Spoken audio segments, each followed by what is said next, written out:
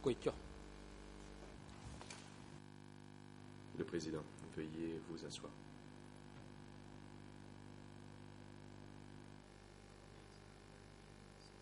Reprise de l'audience. Avant de laisser la parole à la défense, nous aimerions savoir si les juges ont des questions à poser aux témoins. Monsieur le juge Leverne, vous avez la parole. Merci, Monsieur le Président.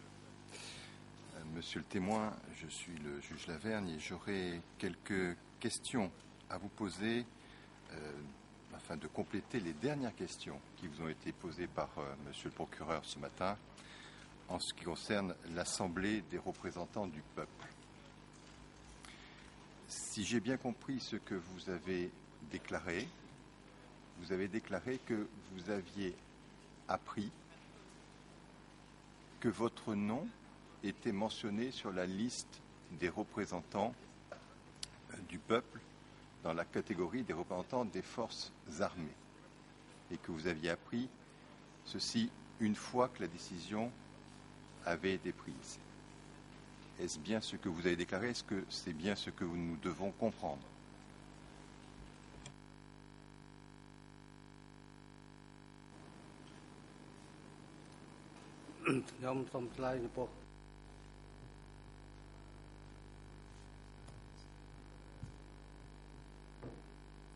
Comme je l'ai dit précédemment,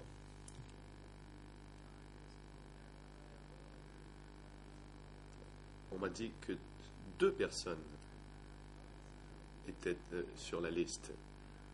Et moi, je ne savais pas que j'étais du nombre de ces représentants du peuple. Mais est-ce que vous avez appris à un moment quelconque que votre nom figurait parmi ces représentants du peuple ou pas?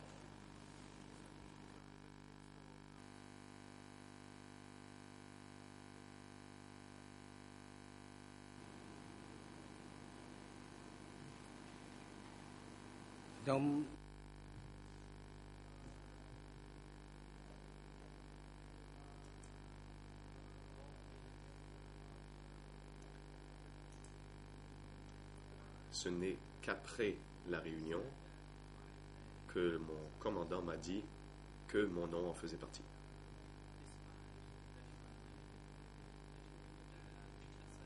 Même si mon nom en faisait partie, je n'ai jamais participé à de réunions avec l'Assemblée.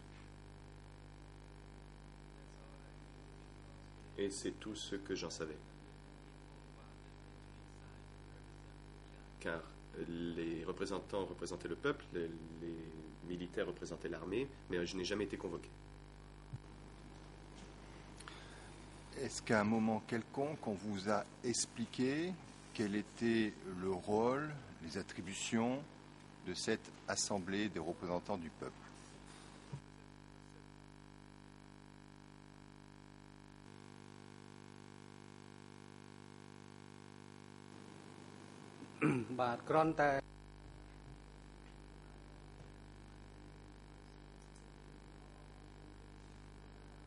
J'ai su que mon nom faisait partie, mais je ne savais rien du fonctionnement de l'Assemblée. Je n'ai jamais été convoqué à de réunions, pas une seule fois.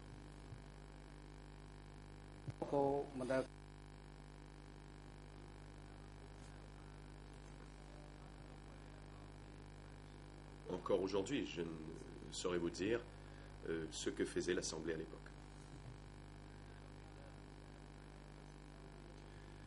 Et la seule raison que j'ai su que mon nom faisait partie des représentants, c'est que mon commandant de division m'en a informé. Alors, nous avons au dossier 2 documents qui me paraissent pertinents à cet égard. Il s'agit tout d'abord d'un compte-rendu d'une émission radiophonique en date du 22 mars 1976. Il s'agit d'un résumé BBC Summary of World Broadcast dans la version du service de Kyoto News. Ce document donc porte les références suivantes. E3, barre de fraction 1241, et les ERN en anglais sont les suivants: 000 877 41 à 46. En khmer, 00 32 38 78 à 32 38 88. En français, 00 66 22 84 à 00 66 22 90. Dans ce premier document, on peut lire notamment ceci. Extrait du communiqué du 22 mars de la Commission électorale et de la Commission du ministère de l'Intérieur responsable des élections, signé par Khieu Samphan et Sok Not ou Sok Thiot pour les commissions respectives, et lu par Unim, ministre de la Propagande et de l'Information. D'après le registre de scrutin de la population cambodgienne, notre population compte au total 7 735 279 personnes. Nos citoyens de plus de 18 ans qui ont voté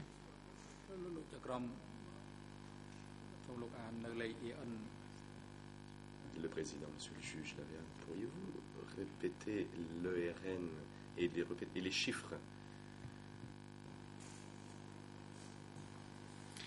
Alors, les ERN en anglais, 3 fois 0, 877, 41 à 46.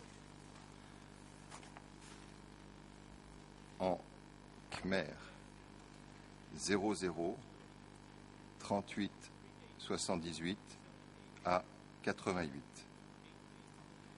En français, 00 66 22 84 à 90. En ce qui concerne les chiffres, donc je lisais ceci. D'après le registre de scrutin de la population cambodgienne, notre population compte au total 7 735 279 personnes.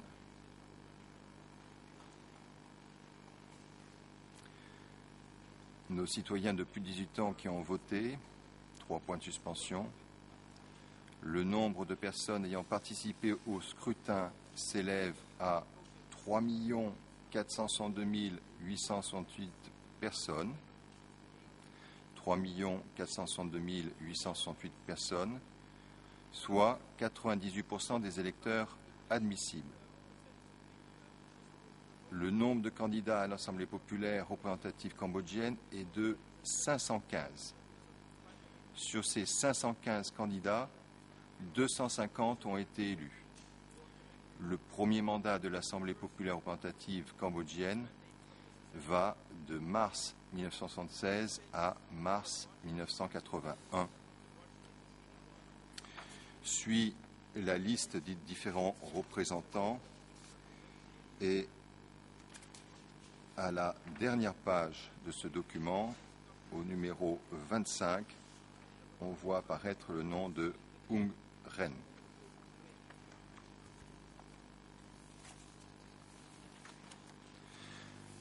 Monsieur le témoin, est-ce que vous avez eu connaissance d'un tel communiqué ?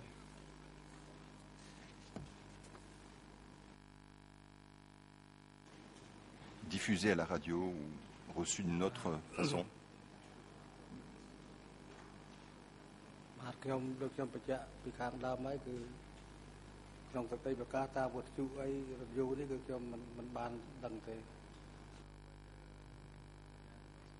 Je n'ai pas su si cela a été annoncé à la radio.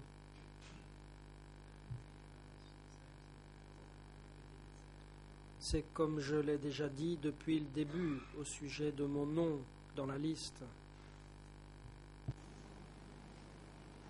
Alors, nous avons un autre document qui me paraît pertinent, c'est le document E3/165. Je pense que ce document pourrait éventuellement être remis aux témoins. Si vous m'y autorisez, Monsieur le Président.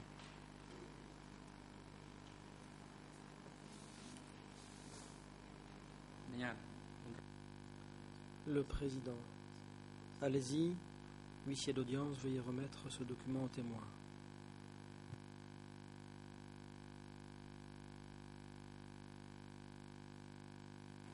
Ce document donc, est un document qui provient de Tuolsleng et qui concerne donc l'Assemblée des représentants du peuple et la réunion du premier congrès de la première législature qui s'est tenue les 11 et 13 avril 1976. C'est un document qui provient de Tuolsleng et les références, les ERN sont les suivants.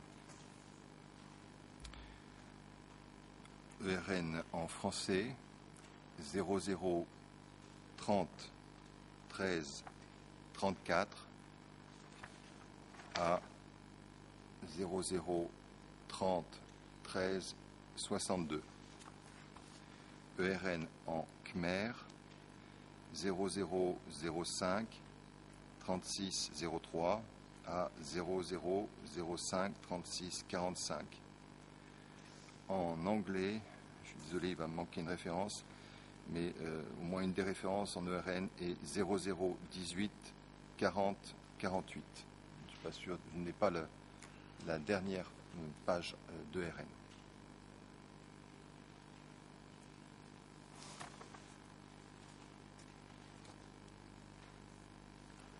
Alors, monsieur le témoin, est-ce que vous avez eu connaissance de ce document dans lequel on voit notamment à la page ERN en Khmer 005 36 07 une photo avec la légende suivante. Le matin du 11 avril 1976, les 250 membres de l'Assemblée des représentants du peuple du Kampuchea sont venus du niveau local et des différentes unités de tout le pays pour participer au premier congrès de la première législature de notre Assemblée des représentants du peuple du Kampuchea. Ceci est une vue générale de notre Assemblée avant la réunion. Je ne sais pas si vous avez pu voir cette photo. Je ne sais pas si vous avez eu connaissance de ce document, mais si vous pouvez nous fournir vos commentaires, ils seront les bienvenus.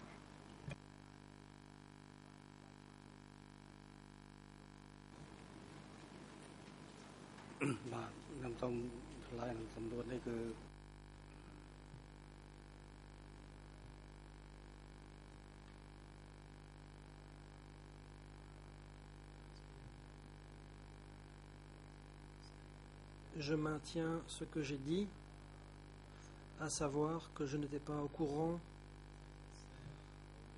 de cette assemblée. Ce n'est qu'après la réunion que le commandant de division m'a dit que mon nom était inclus dans l'assemblée. Ça, c'est la première chose. Deuxièmement, je n'ai jamais vu ce document. Toute dernière question, monsieur le témoin, pour être bien sûr que nous comprenons bien.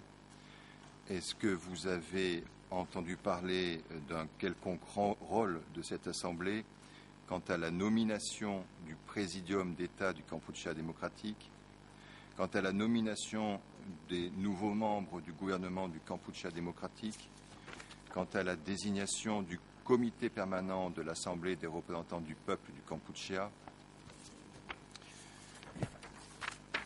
quant à la nomination du comité judiciaire et ainsi qu'en ce qui concerne la directive de l'Assemblée des représentants du peuple du Kampuchea sur l'orientation de la politique intérieure et extérieure pour le Présidium de l'État et le nouveau gouvernement du Kampuchea démocratique.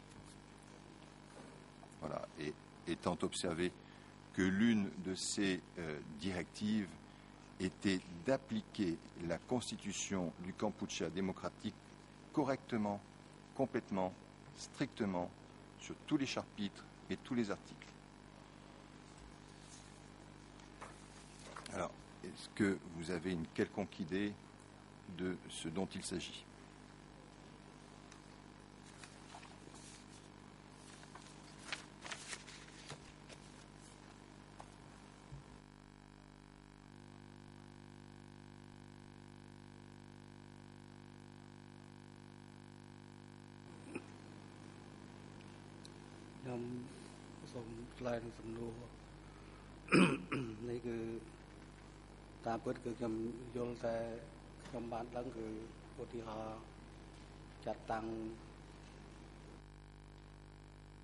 En réalité, je savais très peu de choses. J'étais informé de l'organisation des groupes, des escouades, de la division. Hormis cela, les décisions et instructions d'en haut me dépassaient. Je n'en savais rien.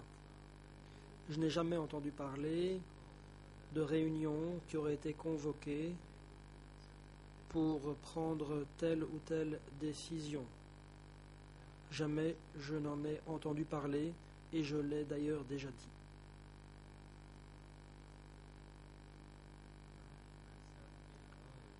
Moi-même, je m'occupais de l'organisation de ma propre unité, mais je n'étais pas informé de l'organisation d'un comité permanent, par exemple. Je vous remercie beaucoup, Monsieur le témoin. Je n'ai pas d'autres questions à poser au témoin, Monsieur le Président.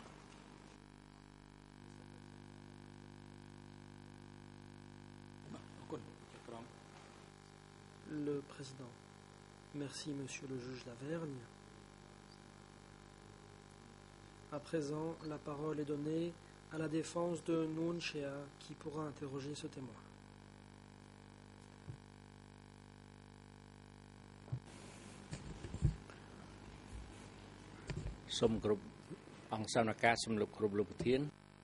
Maître Sonaroun. Bonjour, Monsieur le Président, Mesdames, Messieurs les juges. Bonjour, Monsieur Ongren. Je m'appelle Sonaroun. Je suis l'un des avocats de Monsieur Nuon Chea. J'ai des questions à vous poser ce matin.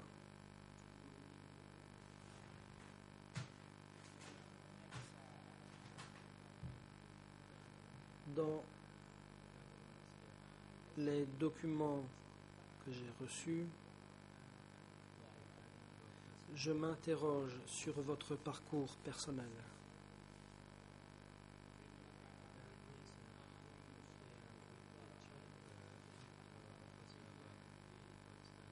Pourriez-vous préciser à quel moment vous vous êtes rallié à la Révolution, par exemple? Quel rôle exerciez-vous à ce moment-là et par la suite? Réponse.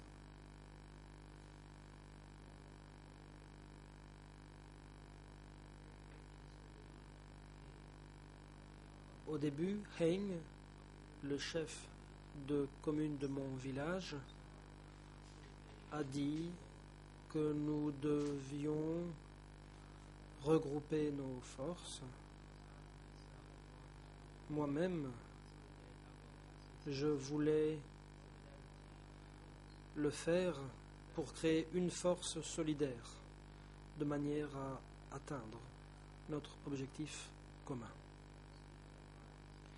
Tel a été le conseil qu'il a donné.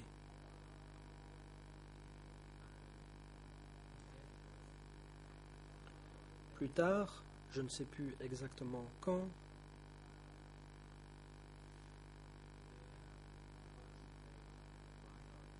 il y a eu une émeute. Il a dit que nous ne pouvions plus rester dans le village. Nous avons pris la fuite vers la forêt. C'était vers 1968. Quelques mois plus tard, je suis retourné dans mon village.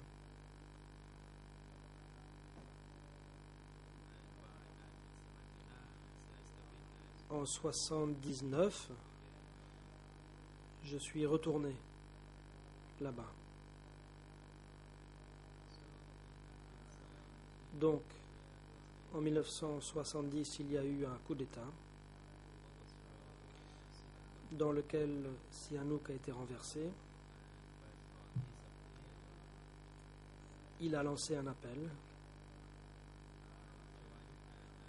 et moi, je me suis rallié et je suis allé à la pagode d'Amtom.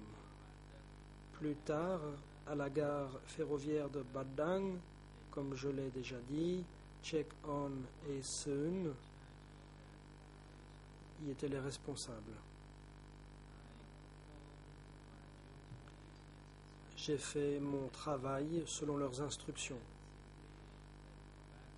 À l'époque, j'étais un simple combattant.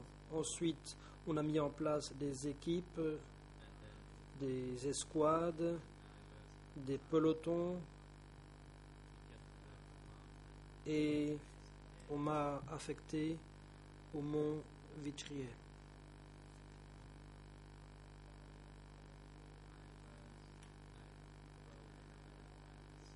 J'étais à l'époque sur la route 26. Plus tard, on m'a désigné responsable d'une compagnie indépendante.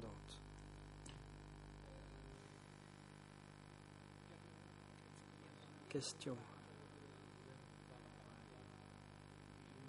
Voyons voir. Vous vous êtes rallié à l'armée en 70 après que Sihanouk a été renversé. Est-ce exact? Réponse. Oui. Question. À ce moment-là, vous étiez au mont Vitrier. Quel était exactement votre rôle dans l'armée à l'époque? Réponse. J'étais basé à l'ouest du mont Vitrier, donc à l'ouest du mont Basset. Au départ, quand j'y suis allé, il n'y avait qu'une dizaine de personnes. Quand j'ai rencontré Jake On, il m'a dit de rester sur place. Plus tard, des forces du sud-ouest sont arrivées, les rangs ont grossi et l'on a formé des compagnies. J'étais avec Seung et Neun dans ma compagnie. Nous sommes restés stationnés à l'ouest de Badang. Plus tard, les forces du sud-ouest donc sont arrivées, et c'est seulement à ce moment-là qu'on a formé un régiment, lequel devait être stationné à l'ouest du mont Basset.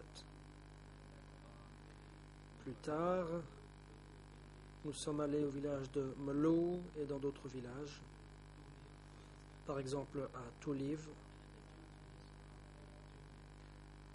Notre unité était chargée principalement de surveiller la situation en ce qui concernait les ennemis. Question. Vous dites que Cheng On vous a nommé responsable d'un peloton. Combien de soldats contenait ce peloton? Le président. Témoin, veuillez marquer un temps d'arrêt avant de répondre. Le témoin.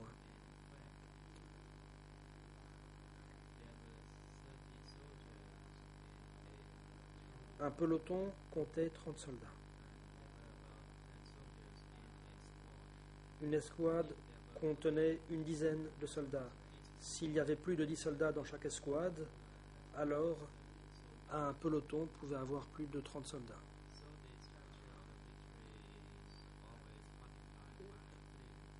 Autrement dit, entre les différents niveaux au sein de l'armée, il y avait toujours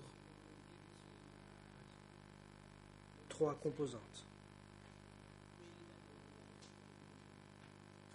Question. Quand vous avez assisté à une réunion au stade olympique, les hauts dirigeants ont annoncé la création de la division 801.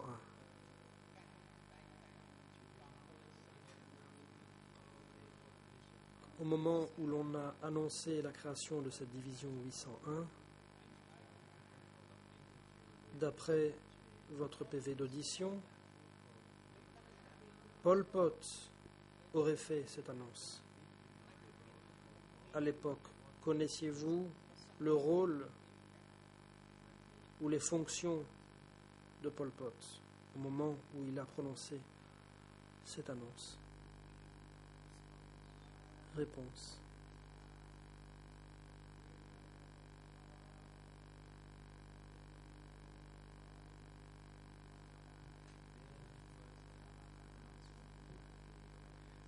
Au stade olympique, en présence de l'armée, une décision a été annoncée, la décision avait été prise par Pol Pot. Mais avant cela, je ne l'avais jamais vu.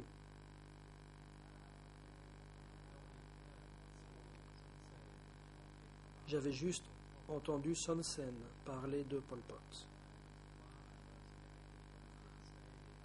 Quand j'étais au stade olympique, je l'ai vu. Avant cela, je ne savais pas qui était Pol Pot.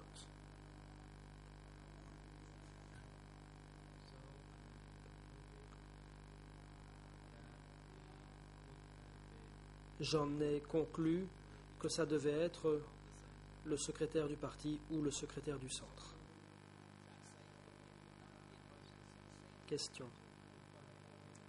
Pourriez-vous préciser?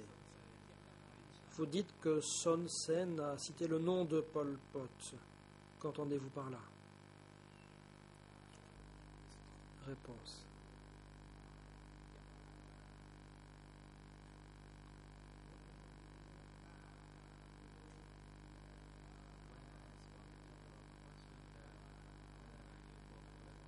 Vous m'avez demandé si je connaissais Pol Pot et ses fonctions.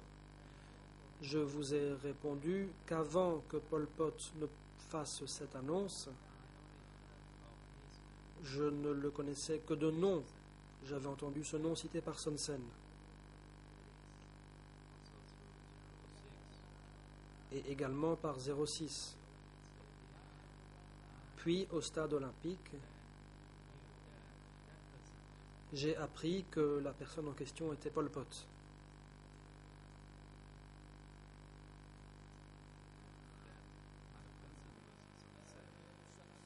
L'autre personne, c'était Son Sen. Question. Son Sen vous a cité le nom de Pol Pot. Avez-vous rencontré Son Sen avant la réunion du stade olympique? Et si oui, où et quand était-ce? À moins que ça n'ait eu lieu après que Pol Pot eût fait cette annonce. Réponse. Je pense avoir déjà répondu à cette question.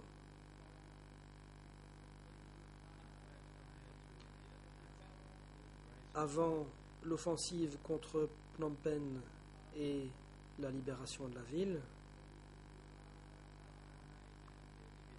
moi-même et les représentants des divisions avons été convoqués par Son Sen à une réunion à la gare ferroviaire de Dam Nang Smaik. C'est à ce moment-là que j'ai appris qui il était. Question.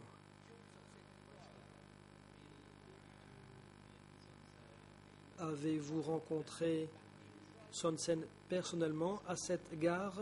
Lui avez-vous parlé personnellement? Ou bien n'avez-vous qu'entendu son nom dans la bouche d'autres? Réponse. J'ai assisté personnellement à une réunion avec lui. Question. Quand vous avez assisté personnellement à une réunion avec Son Sen, est-ce que vous saviez quel rôle et quelle fonction étaient les siens? Réponse.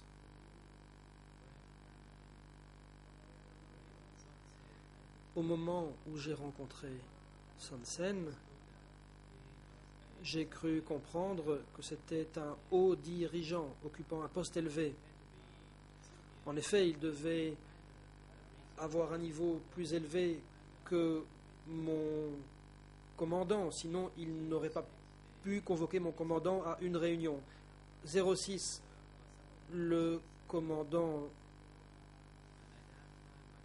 de la division devait donc être le subordonné de Son Sen. Mais lui ne l'appelait pas Son Sen, il l'appelait l'homme aux lunettes. J'ai donc su qu'il occupait un poste élevé, un poste de direction. Question. Votre réponse n'est pas très claire. Je vous ai demandé si vous saviez exactement son rang, son statut.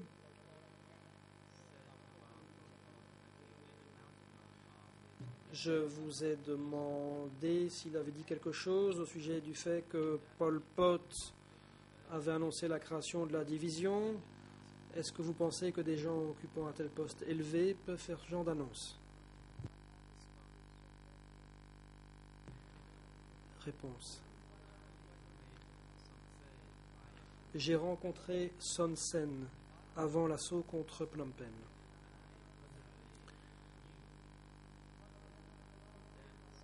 Je savais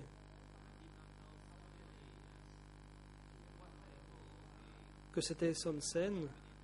Je ne savais pas quel rang il occupait dans l'appareil de direction, mais je savais qu'il avait un rang élevé, puisqu'il avait pu convoquer mon commandant de division.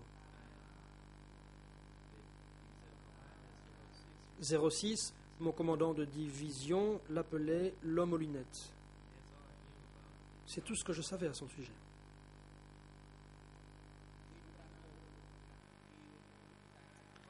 Question. Vous dites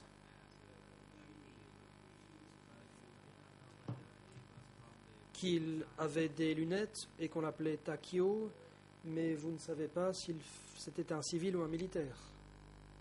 N'est-ce pas? Réponse. Je ne savais pas effectivement si c'était un civil ou un militaire. Même après la libération de Phnom Penh, je l'ignorais. Par contre, j'ai su que l'assaut contre Phnom Penh était commandé par Son Sen. Je devais attaquer et je devais faire rapport uniquement au niveau de la division. La défense. Merci, c'est clair à présent. Question suivante. Au cours de la grande réunion du stade olympique, selon vous, il y avait 4 hauts responsables, Pol Pot, Nuon Chea, Ieng Sary,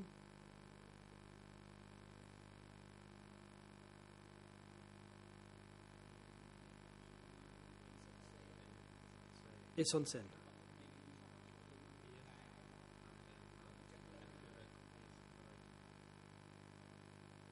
Est-ce exact? Réponse.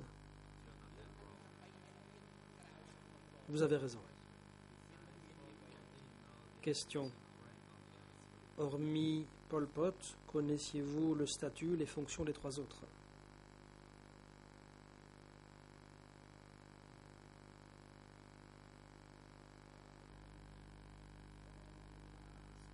Réponse.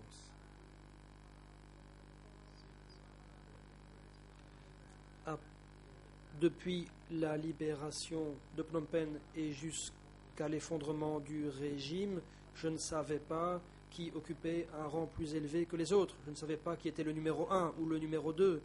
Tout ce que je savais, c'était que Pol Pot était le numéro 1. Nuon Chea, le numéro 2. Quant au numéro 3 au numéro 4, je n'étais pas certain. C'est tout ce que j'ai pu saisir à l'époque. Question. Vous venez de dire que vous saviez que Pol Pot était le numéro 1, Nuon Chea le numéro 2. Comment avez-vous pu apprendre cela? S'agissait-il de postes au sein du gouvernement ou au sein de l'Assemblée quand vous parlez de numéro 1 et numéro 2? Réponse.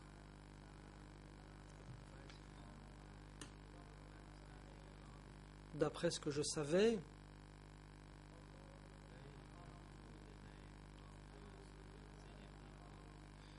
cela renvoyait aux hauts dirigeants. Pol Pot était connu comme le frère numéro 1 et Nuonchea comme le frère numéro 2. Tout le monde le savait.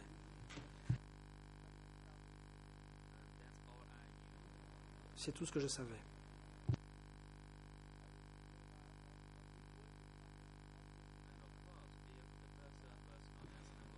Bien sûr, si quelqu'un était connu comme étant le numéro 1, cela voulait dire que cette personne occupait le poste le plus élevé. La défense. Merci.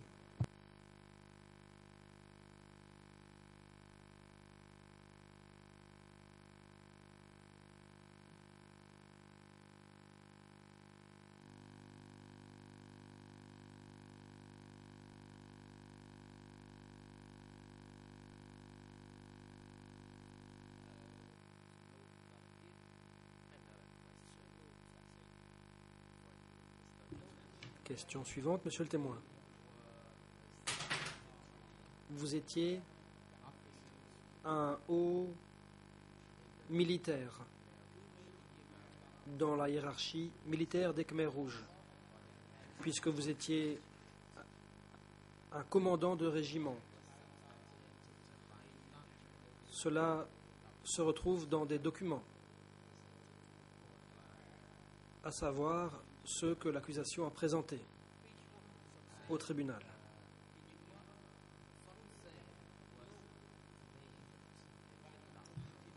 Dans les documents, le nom de Son Sen a été cité. Il a été indiqué que vous teniez vos ordres directement de lui-même et de votre propre commandant. Laissez-moi reformuler ma question.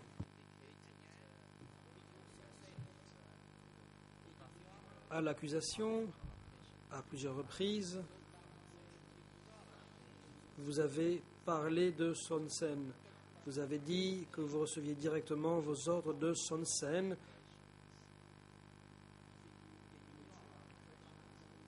concernant vos opérations militaires. Vous receviez donc souvent des ordres de Son Sen. Hier, vous avez dit qu'avant le lancement de l'offensive visant à libérer Phnom Penh, vous aviez également abordé cette question. Voici ma question à présent.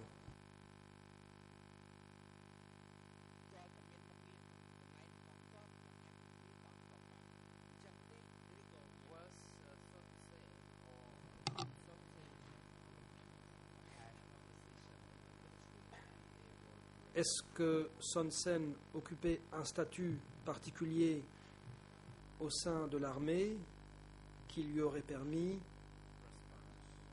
de rendre de tels ordres?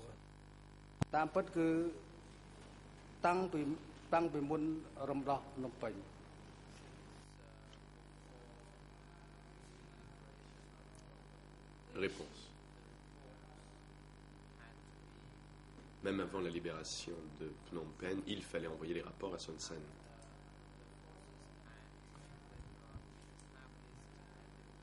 Et une fois que les forces ont été établies et envoyées au Ratanakiri, toute question militaire devait être rapportée à Son Sen, alors que les affaires politiques, il fallait en rendre compte à Pol Pot.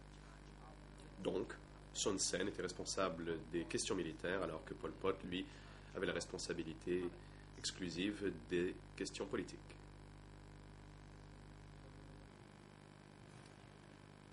Maître Somarou. Merci.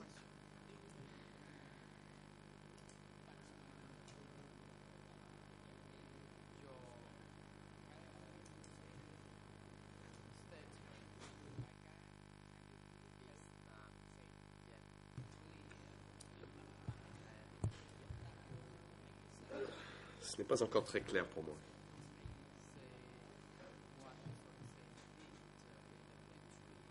Vous n'avez pas dit ce que faisait... Vous n'avez pas décrit les tâches de Son Sen au sein des forces armées, n'est-ce pas? Réponse.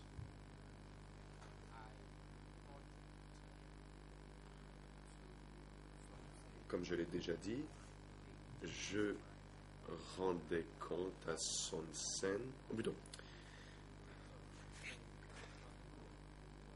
mon commandant rendait compte à Son Sen, qui lui était responsable des affaires militaires,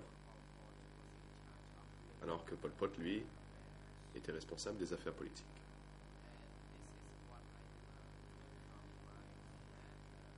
Mais c'est ce que j'ai su de mon commandant. Car il m'a dit, les affaires militaires, il faut en rendre compte à Son Sen, et les questions politiques à Pol Pot. Question. Mais en tant que commandant de régiment, avez-vous jamais écrit de lettres ou envoyé de messages ou de rapports à votre commandant et à Son Sen simultanément? Réponse.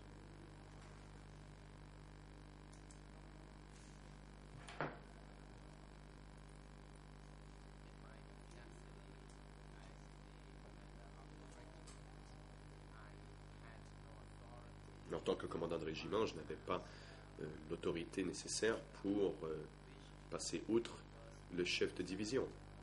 C'était la règle. Au sein de l'armée, la chaîne de commandement était établie. Dans certains cas spéciaux, les commandants de division, si par exemple si le commandant de division était absent et qu'il fallait faire un rapport urgent, dans ce cas, nous pouvions le faire. Mais c'était exceptionnel.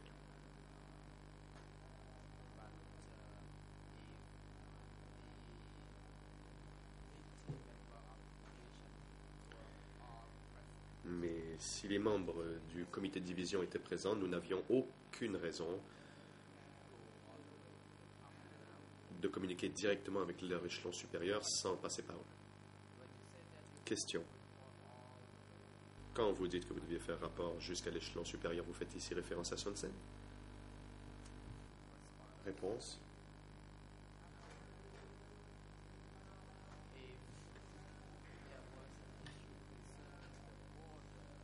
S'il y avait un problème avec la frontière, par exemple, il fallait en rendre compte à Son Sen si c'était un problème de nature militaire. Si c'était une question de sécurité, alors c'est Pol Pot qui recevait le rapport. Question. En tant que commandant de régiment, avez-vous jamais fait rapport directement à Son Sen pour des affaires militaires ou Pol Pot directement aussi pour des affaires politiques?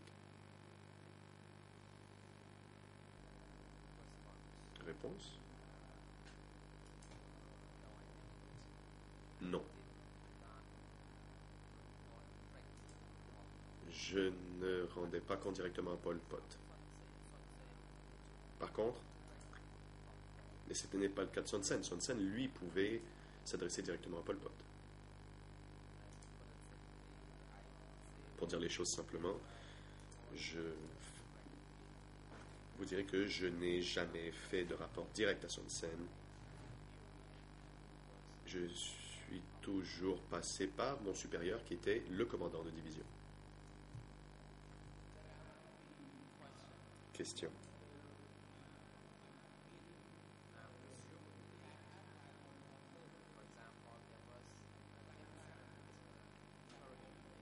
Supposons qu'un incident survienne là où vous étiez, par exemple des combats féroces, et que le commandant de division était absent.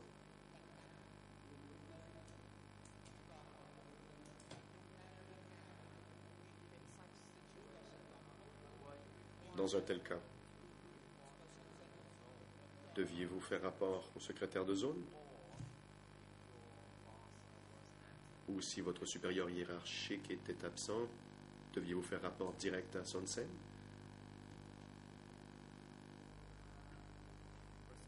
Réponse.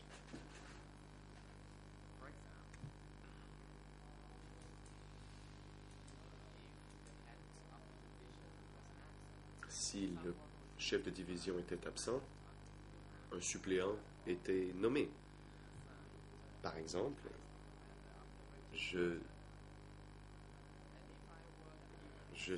J'étais commandant de régiment et avec une telle autorité, si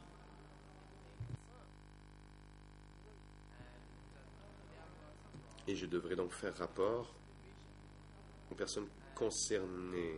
Il y avait des chefs de régiment et si moi j'avais une telle responsabilité, si le commandant de division était absent, et si le commandant de division était absent et qu'il y avait des combats et qu'il fallait organiser les forces pour contre-attaquer, j'étais en mesure d'organiser les forces pour la riposte. Sans une telle autorité, je n'aurais rien pu faire, évidemment.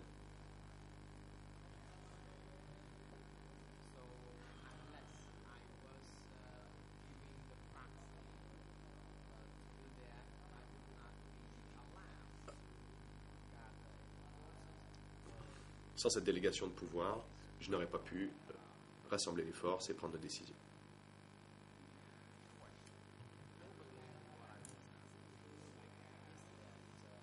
Maître Sonaron, ce que je voulais savoir, c'est si vous faisiez rapport à votre commandant de division et à Son Sen.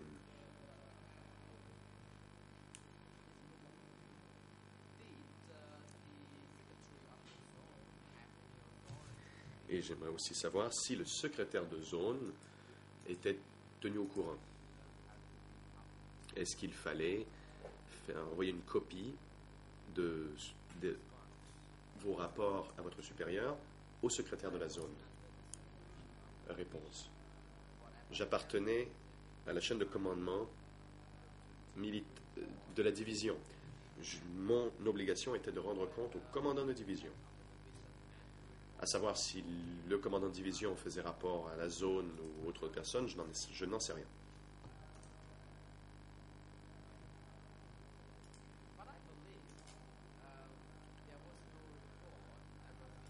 Mais je ne pense pas que le secrétaire de zone était tenu informé. Par contre, les rapports devaient être envoyés au commandant de division.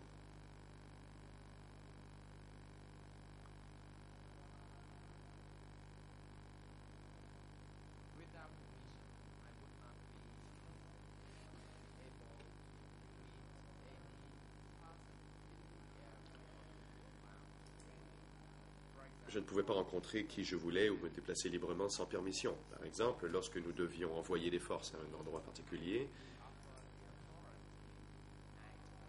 il fallait que l'on nous donne la permission d'entrer en contact avec les gens locaux.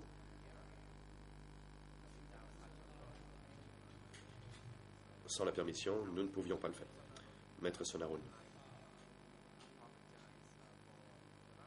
Je suis désolé de vous interrompre, mais je ne veux pas m'attarder sur ce sujet. En fait, j'aimerais que l'on passe à un autre sujet.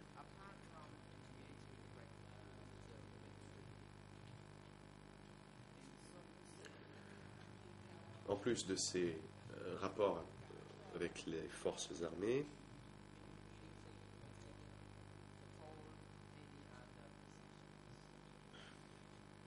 l'interprète se reprend. En plus de ses responsabilités militaires, Son Sen avait-il d'autres responsabilités ou tâches?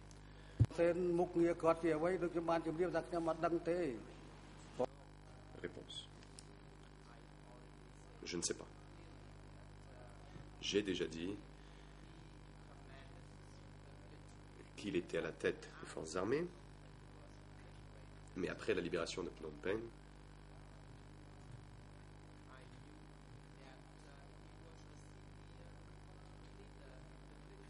je savais qu'il était un haut gradé dans la structure militaire. Je ne savais pas exactement ce qu'il faisait à l'interne.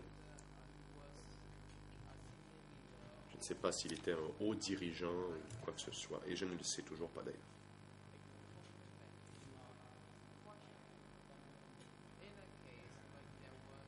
Question.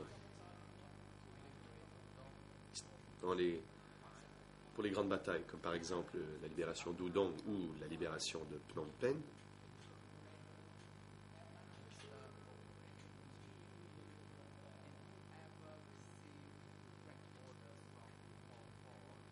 avez-vous jamais reçu des ordres directs de Pol Pot de lancer l'offensive sur Phnom Penh ou un autre endroit, à part les ordres que vous aviez reçus de Son Sen?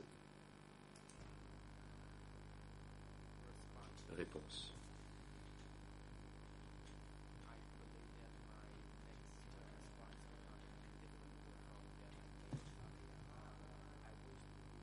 Réponse. Donc, je ne pense pas pouvoir donner une réponse différente de ce que je vous ai déjà dit.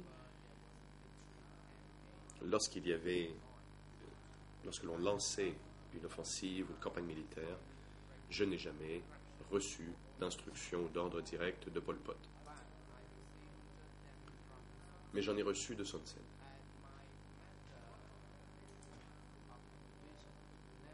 Et mon commandant de division ne m'a jamais dit qu'il avait rencontré d'autres personnes à part Son Sen.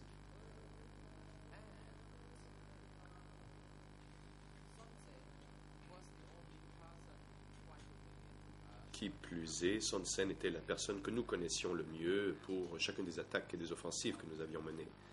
Son Sen était toujours près de nous lorsque ces événements se produisaient. Question.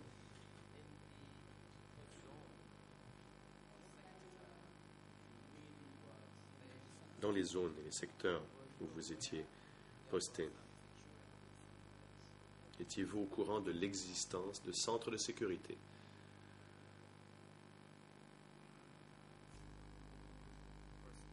Réponse.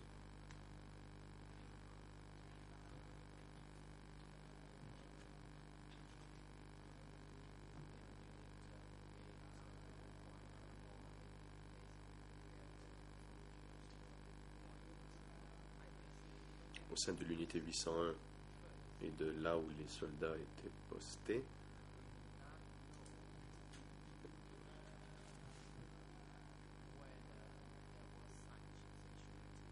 nous n'étions pas au courant de l'existence d'éventuels centres de sécurité car nous étions loin de la division et je continue de croire qu'il n'y en avait pas.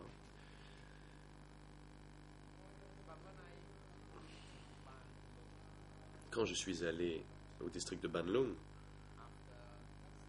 après y être resté pendant un petit moment, je me suis rendu compte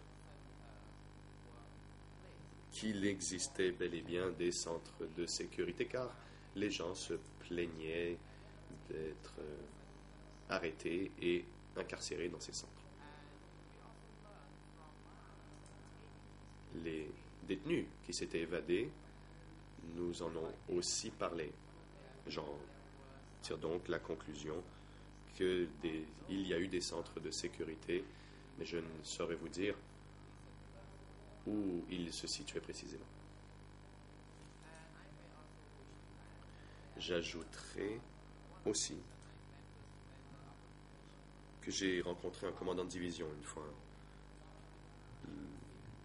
Je l'ai croisé sur le chemin et il m'a parlé justement de plaintes que les gens avaient soulevées, enfin les gens se plaignaient qu'ils n'avaient pas commis de faute grave. Tout ce qu'ils avaient fait, c'était voler une patate douce et avaient été incarcérés au centre de sécurité de Ho Kon Sang. Il m'a demandé qui avait la responsabilité de la sécurité à Ho Kon Sang. Il m'a demandé si je pouvais faire quelque chose pour régler ses problèmes et répondre à ses plaintes.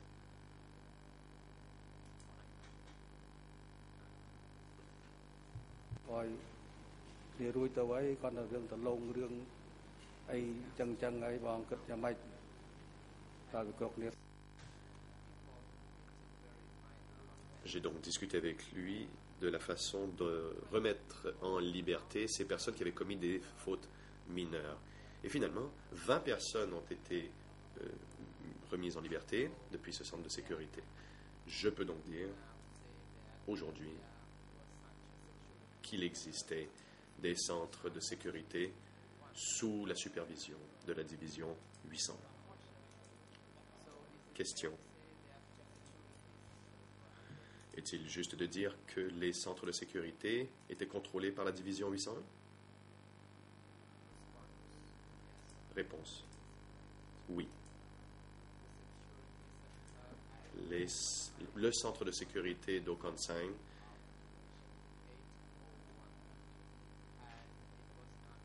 était supervisé par la division 801 et pas par les autorités locales. Maître Sonaroun, mon ultime question.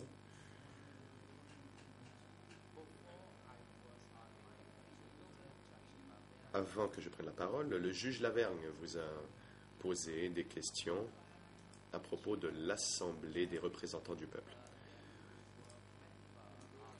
Vous avez su que vous étiez membre de l'Assemblée et vous l'avez appris quand votre commandant de division vous en a informé. Vous a dit que votre nom figurait sur la liste des représentants du peuple.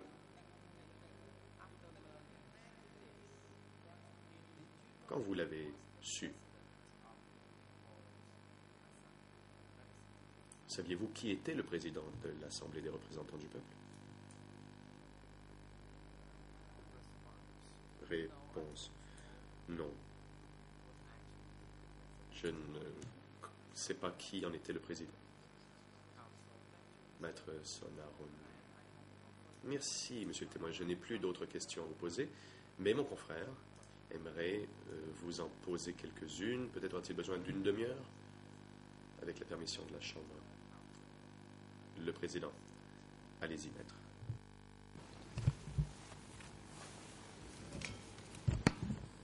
Good morning. Maître Copé. Bonjour, monsieur le président. Madame, messieurs les juges, bonjour, monsieur le témoin. Je m'appelle Victor Copé et je suis conseiller international de la défense de Nuanchea. J'ai quelques questions à vous poser. Hier, vous avez dit avoir participé à l'offensive sur Phnom Penh en avril 1975 en tant que membre du régiment. À quelle date votre régiment est-il entré à Phnom Penh?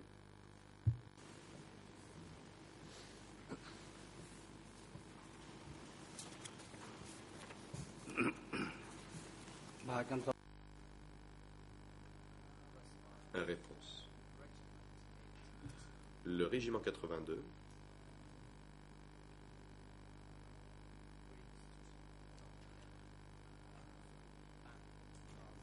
est arrivé à Phnom Penh par la pagode de Tan Krosang vers Pochentong jusqu'à Phnom Penh.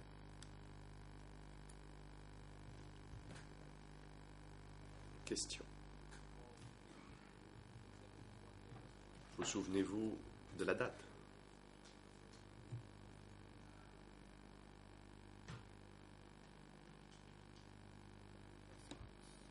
Réponse. Non, je ne me souviens pas de la date.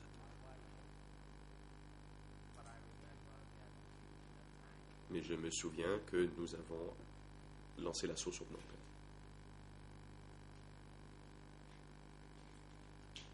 Question. Hier, vous avez dit que le 17 avril, vous avez été blessé, que vous êtes allé à l'hôpital près de Pochentong. Cet hôpital était-il à l'est ou à l'ouest de l'aéroport de Pochentong ou du boulevard Pochentong?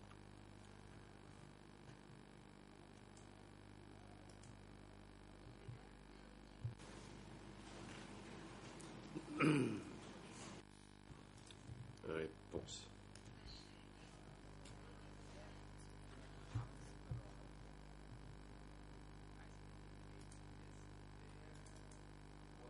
Comme je l'ai dit hier,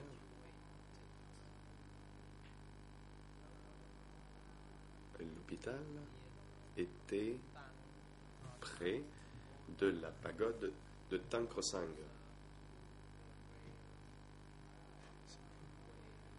C'était proche du chemin de fer.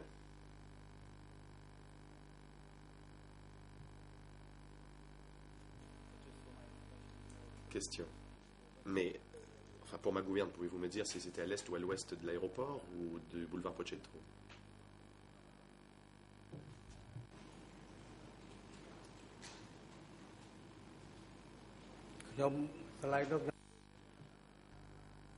Réponse. Je ne m'en souviens pas très bien.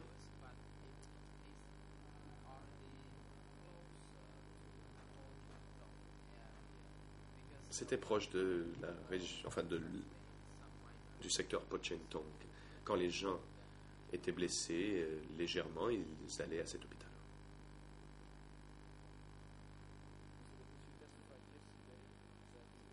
Maître Copé, vous avez dit hier que vous aviez été hospitalisé 17 jours après vos blessures et que, enfin, bien que vous étiez hospitalisé, vos forces ont continué d'avancer vers Phnom Penh. Avez-vous eu des contacts avec les soldats qui ont participé à l'évacuation, soit pendant cette évacuation ou après que vous ayez quitté l'hôpital?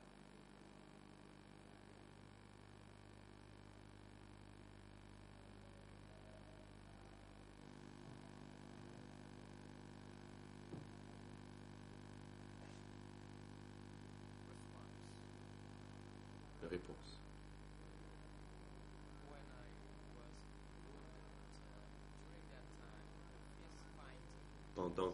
Quand j'ai été blessé, il y avait des combats assez féroces. Nous avons avancé vers Pochentong. J'ai été blessé, donc j'ai dû aller à l'hôpital. Toutefois, mes hommes, eux, ont continué d'avancer pour libérer Phnom Penh. Une demi-heure plus tard, alors que j'étais toujours à l'hôpital, j'ai su que Phnom Penh avait été libéré. Et j'ai su que des soldats avaient demandé la permission de pouvoir aller dans la ville pour voir ce qui s'y passait, et j'ai vu ensuite que les gens quittaient la ville. C'est d'ailleurs quelque chose que j'ai déjà évoqué hier.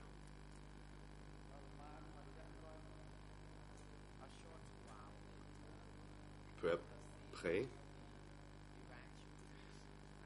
après avoir vu les gens qui étaient évacués de la ville, j'ai appelé Sun par téléphone, qui était commandant de brigade, et je lui ai demandé, mais que s'est-il passé avec les gens? Il m'a répondu qu'il fallait évacuer la population. Je lui ai demandé où il était. Il m'a répondu qu'il était à la maison de Saksokhan. Et on nous a dit qu'il fallait que l'on reste là où on nous a dit de rester là où nous étions pour l'instant alors que les gens étaient évacués. Et c'est tout. Question. Avez-vous parlé de cette évacuation et de son déroulement avec vos hommes?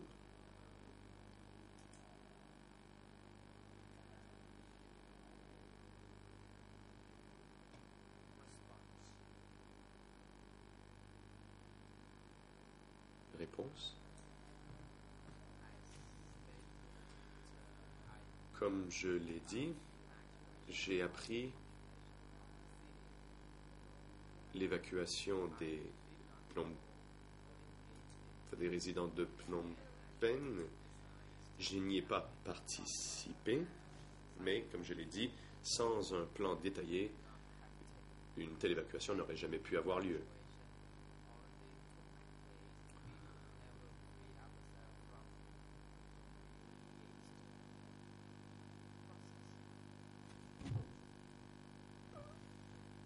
Et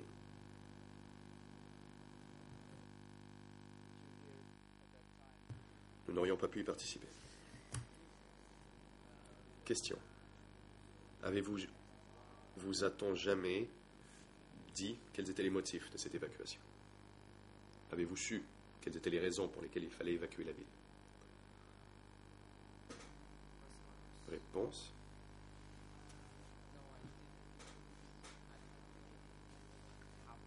Pas au début.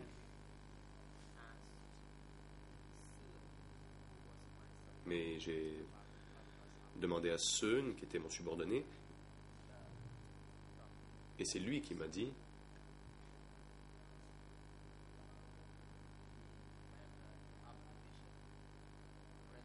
que le commandant de division avait donné l'ordre qu'il fallait faire cette évacuation, car ils avaient peur que des ennemis se cachent parmi les résidents. Et ils avaient peur que les ennemis s'y cachent donc. Et ils avaient aussi peur que les Américains bombardent la ville. C'est ce que l'on m'a dit. Et par la suite, j'ai aussi su que l'on avait évacué toute la population de la ville vers la campagne et que la périphérie était bondée de gens.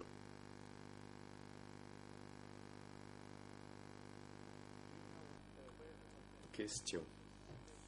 Savez-vous où votre régiment était posté à Phnom Penh pendant l'évacuation?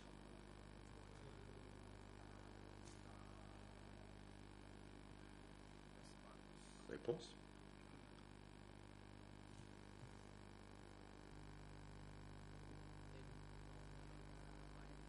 À Phnom Penh, mon régiment a été posté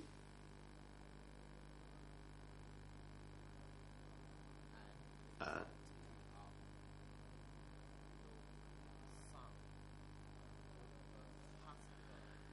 l'hôpital ou proche de l'hôpital de Lok Sang et avait la responsabilité d'une route qui allait de cet hôpital à la maison où le commandant de brigade était domicilié, et l'ordre venait de l'échelon supérieur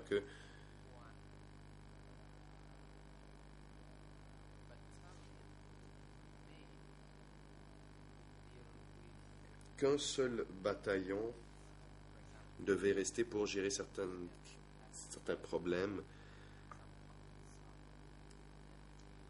comme des poches de résistance ici et là. Une semaine plus tard, on a dit à tout le monde d'aller au centre de la ville.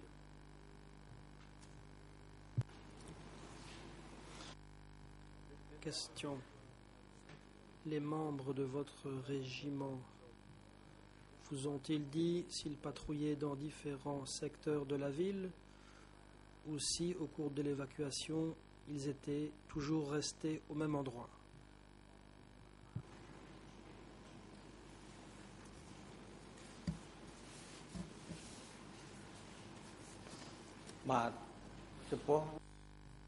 Réponse.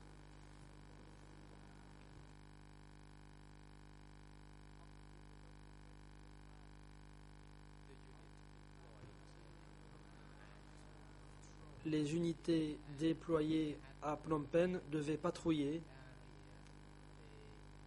et rester dans le secteur qui leur avait été assigné. Elles n'étaient pas censées quitter ce périmètre. D'autres unités étaient également déployées. Elles devaient se tenir prêtes à passer à l'offensive le cas échéant. Elles devaient être déployées en bordure de Phnom Penh.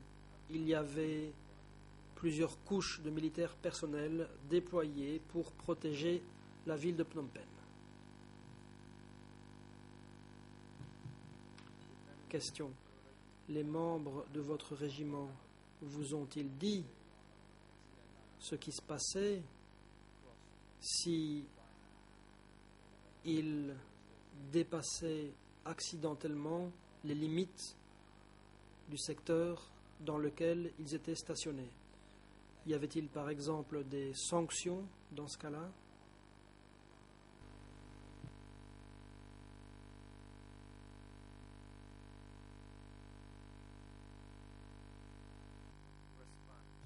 Réponse.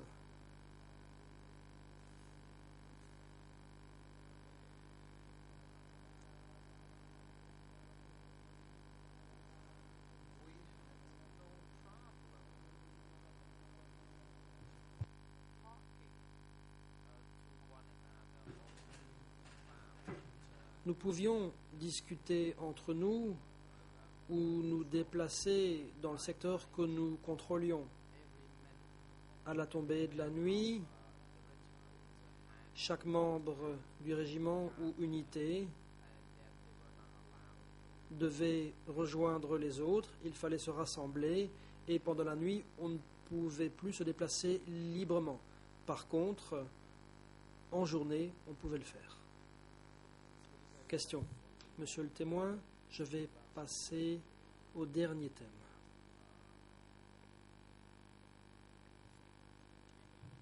Le président. Maître, le moment est venu de suspendre les débats pour le déjeuner. L'audience reprendra à 13h30. À ce moment-là, vous pourrez poursuivre votre interrogatoire. Huissier d'audience, veuillez vous occuper du témoin pendant la pause et le ramener dans le prétoire pour 13h30. Agent de sécurité, veuillez conduire M.